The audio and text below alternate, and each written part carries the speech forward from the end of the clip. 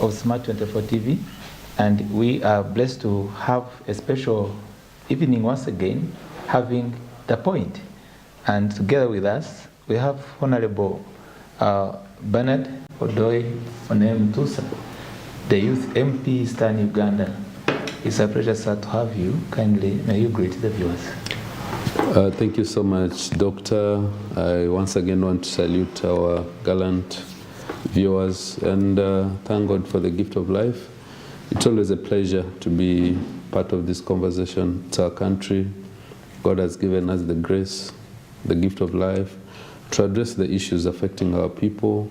God has given us leadership to try and find practical solutions to our people. Thank you so much. Wow, that is quite inspirational. You're welcome once again. Thank you. And please, with us again, you've seen this gentleman here. He is the former Guild President, Kawari University. By name is Mr. Edwin Izara. And our topic of discussion will be dealing with issues of youth empowerment. Before you go forward, please, you may kind of greet the viewers as well. Thank you, Doctor. And it's my pleasure today. I'm so humbled for this opportunity to come and join the team to discuss with our fellow Ugandans over this important kind of a discussion about our youth and projects innovation for our betterment of our country. Thank you, viewers. Yes, please. Yes, please. Dear viewers and listeners, we are privileged to access the social media network. Both on Twitter, you can follow us, and live streaming. Then please, those who are not yet connected to us, encourage others. We are both on GoTV, we are on Des TV, and also at Dr. Tindiewa, that is Twitter, at Dr. Tindiewa, and at Smart 24 TV.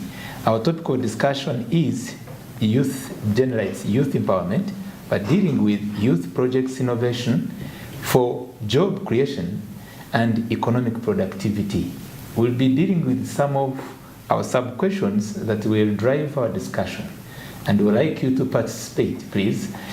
We are all interested to see how the youth can be empowered, and we look at what's the impact of UNSA, the Uganda National Students Association, to the development of youth and the country.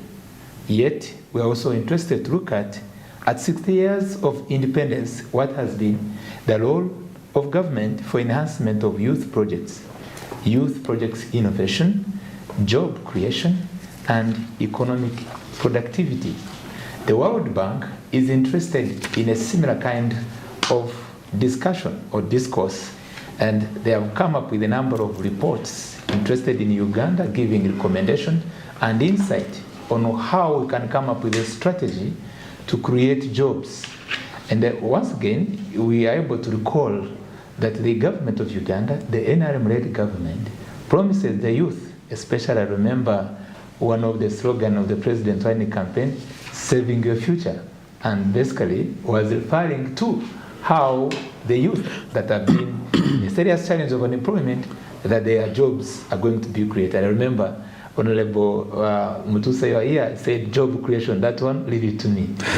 And we're also interested in NGOs, and together with the civil society, they have all recognized that the population of Uganda has the major challenge is the youth unemployment.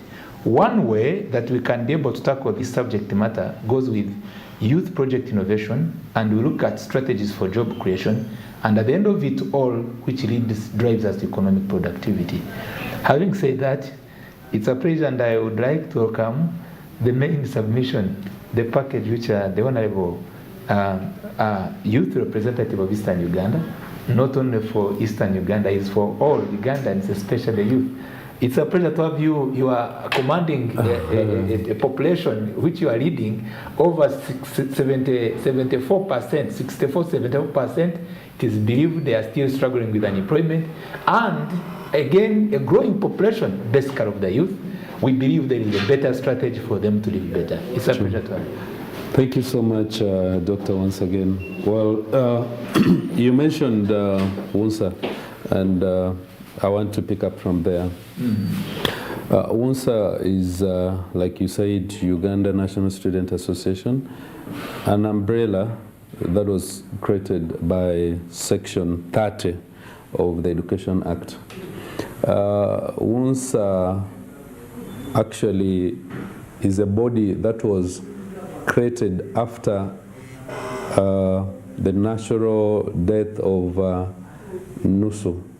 Initially, during Obote 1, there was an umbrella student organization called NUSU, National Union of Students in Uganda, which was very vibrant. Then coming forward to when Amin took over, that was when NUSU died. Mm-hmm. Then there was an attempt to bring back NUSU in the second Obote government. That also didn't work because of the instability. Then when the NRM government came to power, this was then a new creation. It was rebranded to give it a new face. We are discussing about youth empowerment, innovation, and so on, and I'm bringing this because you made holistic mention of WUNSA. This country has so many leaders at national level who are products of WUNSA. One of them is Ndugu, the immediate former Prime Minister, Right Honorable Rugunda, is a product of WUNSA. Right Honorable, the SG of NRM, Right Honorable Todong, is a product of WUNSA. Frank Tumwebaze, Honorable, is a minister now, product of WUNSA. Even currently, we have our friends like Matanda, the former president of WUNSA is now a magistrate serving.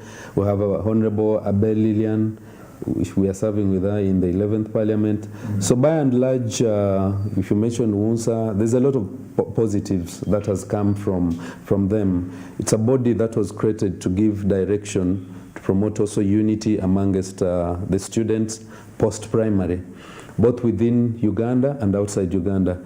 And I believe they've done fairly well, tremendously skilling and training, giving platform to the youth leaders who then eventually become national leaders. I want to also give credit to them for organizing debates. Mm-hmm. Just recently I was invited as a guest of honor in the National Secondary School Debate Championship, which was between Tare School and Absunsa. And attending that, you realize we have very exciting young people ready to learn with a lot of information, and this country is not short of leaders going forward. So that is for me a huge credit. Though of course there are issues affecting them, that funding is not streamlined. They need to be incorporated into, enacted by Parliament as a body, student body within the Ministry of Education. But leaving WUNSA aside, Uganda is a country looking at the population of the young people at 70%. Mm-hmm. What do you see? You are seeing a huge population of young people. One, there's huge unemployment. There's also the aspect of underemployment. But also on the positive side, this huge population presents a very good workforce.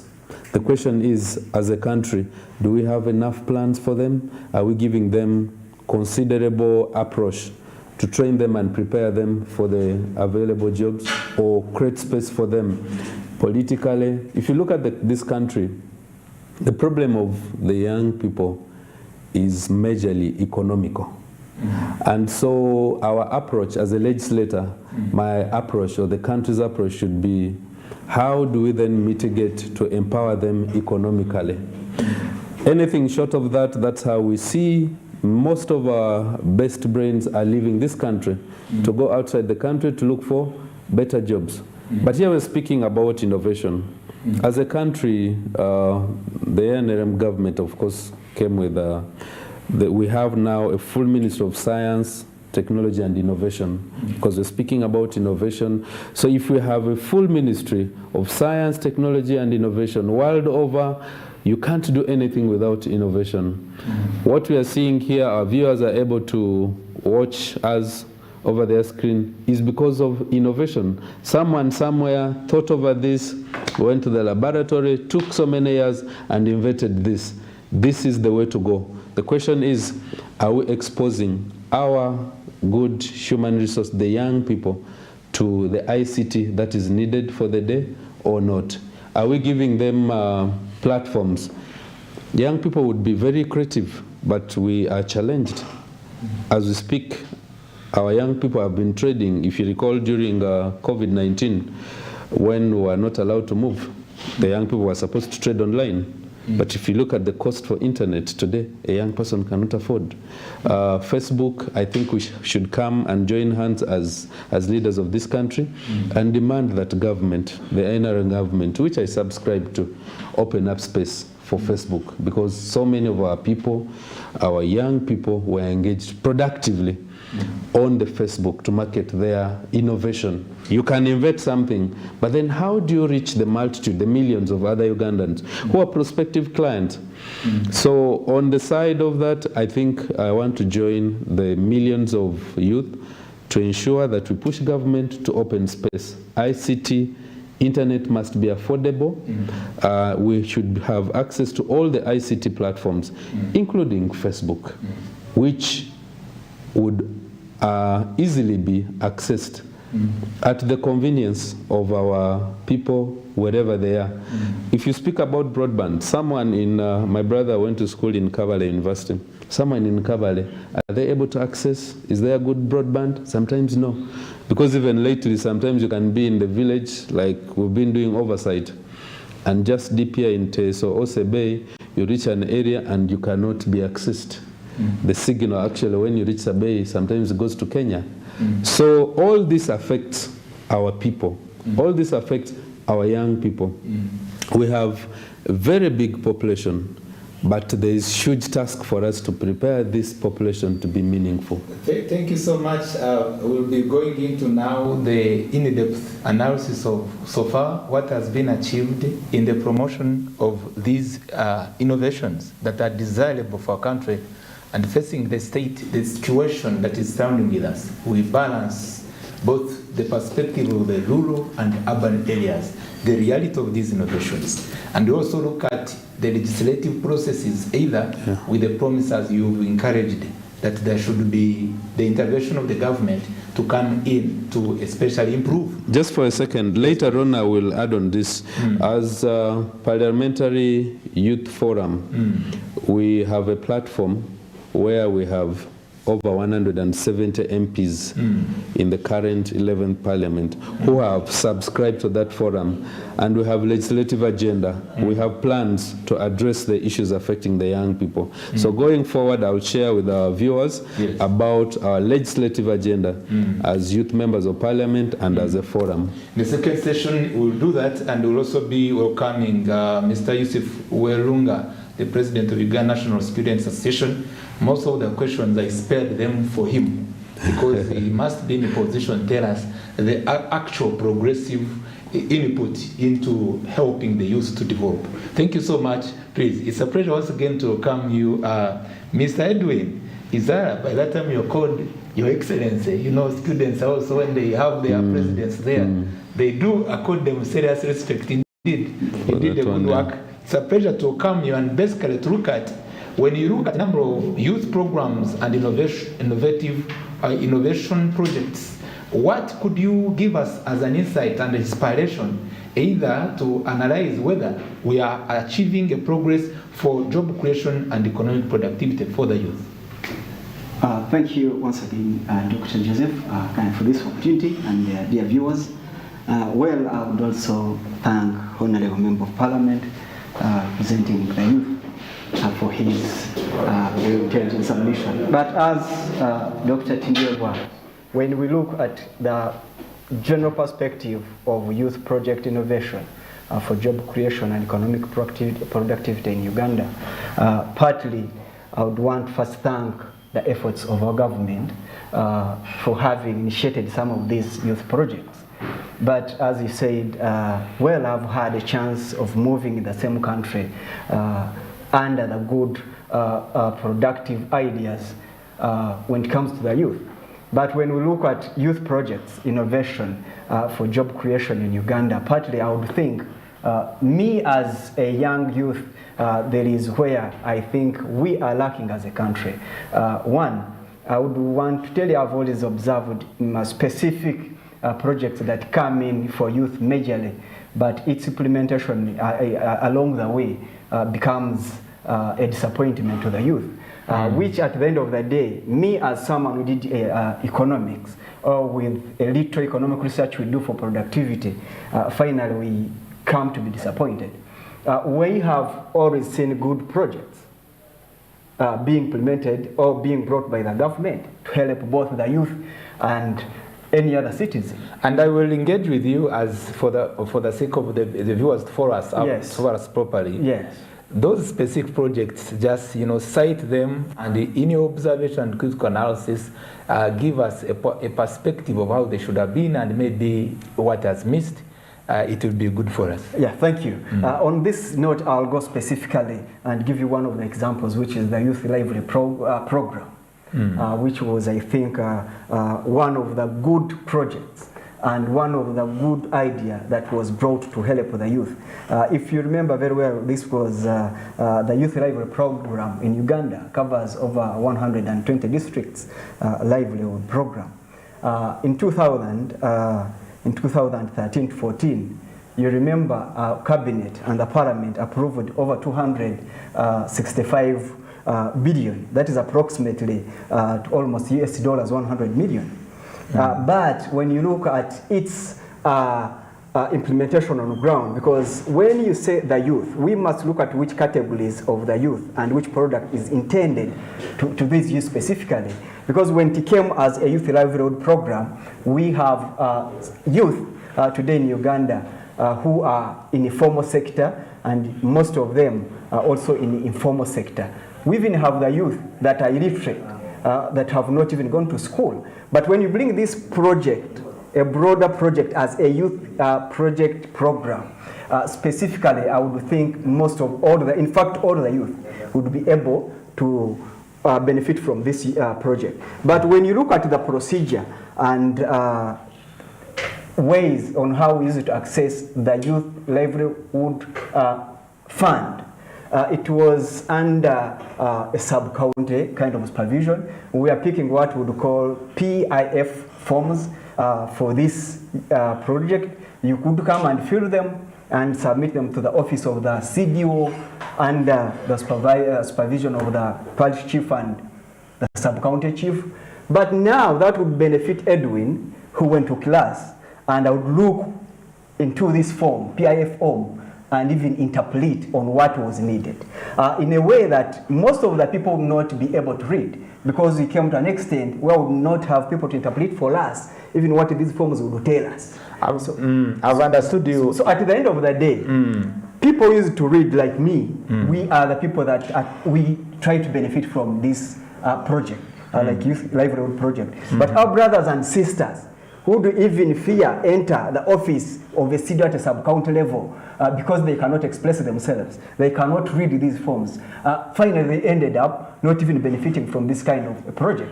So in your district, like you come from Kanungu. Yes. And the community development officers yes. are not supposed to be speaking too much English to these youth. Yes. Are supposed to speak in their local language. So I used to know that there was a challenge that these community development officers were majorly not doing the needful in the implementation process for creation awareness, because you brought a good point, which is dealing with the challenge of implementation. Yes. And we would like, for purpose of a national discussion that is to benefit us now and the future, to know whether the problem lies on the awareness and the implementation process, especially in transiting the project in their localities in accordance to the even languages and even the perspective of development. What is your take on that? Well, Doctor, I concur with you on the same kind of that. But here what I wanted to show you in this point. We are in areas of locality where even someone who never went to school cannot express himself to any office if he said there are forms to fill. So it would have been a role of government, any other project to be implemented like that. We must have a research-based kind of project that is specifically... Are you saying there was no need for forms where intended beneficiaries would then fill So money would be just taken to a village and then called those who want and they get without filling the forms? No. Are you saying? How then, what is your suggestion on how to address our brothers and sisters who are not privileged to have gone to school like you and me on such? Thank you. Now, what I would have suggested in that's why I talked about research-based.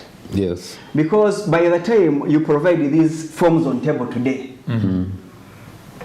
according to me, I would think we would have a sector of saying, according to what we found out, that some people are unable to even to read these forms and have them interpreted for them. At least some of the forms would be written in our own languages for accessibility.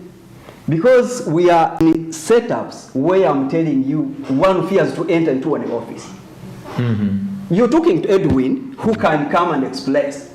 But we even have a class of people who even fears to come and even say, I'm going to a sub-county level.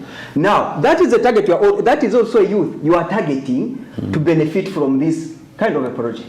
Where the money is strictly to be gotten through a certain process of feeding and following up. So, but in a modern world really of accountability, respectfully, I would think, this is my suggestion really, I would think you cannot do away with issues of documentation. For me, what I would think is that the issue that is needed is simply sensitization.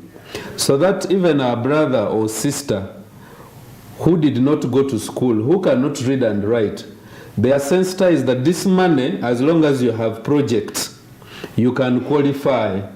And then when they come, they read for them, and then it is interpreted to them in the languages best understood by them. Because YLP was a project for everyone, not only a certain segment who went to school. Of course, there were also issues surrounding. I know areas where CDOs would give 10 million, and out of the 10 million they have given, you return like 3. Also, other stringent requirements were things like land title, yet this person has never worked somewhere. They need a bank statement. They have never worked somewhere. The other issue is taxation. They give someone this money. You have a project, maybe carpentry and joinery. You started maybe last month, so you've just received the money. You start, URA wants taxes, there is tax on rent, there is all these taxes. People are not exempted. Then, and this is where, as the legislators, we need to come in. You have given the youth money, but you are not protecting them. Give them money to improve on production. Secure for them a segment and say, furniture produced within Kampala by these youth groups must be bought by these government entities. Thank you. Not imported from China, as it is now. Thank you, Honorable Bernard, and also Mr. Edwin. We take it up from there as we go for the commercial break, but the analysis that we'd like to bring forward for all of us to be on the same page is that there tend to be a conflict between the informal and the formal sections of our populace. And the good programs of the government, which is taken to our rural areas, they may only get a catchword is they have said we go and register and get money. They don't go like, for instance, as we would be talking about PDM, Property Development Model, and also Nyoga. And look at how the president, for him at times, he localized it and say, let's not talk too much English, Nyoga. And maybe meaning those even of those of northern Uganda, they also put it in that way. And I believe as we tend to do that, because our literacy rates, much as we have improved, but the local populace needs to see these programs and projects being localized and understood in a way that can be fitting unto them. Please stay tuned as we go for the commercial break. We'll take it up from there, and we are going to be joined by the president of the Uganda National Students Association, who will also be telling us his experience of whether they have done much to improve and give hope to the youth of Ugandans. Thank you.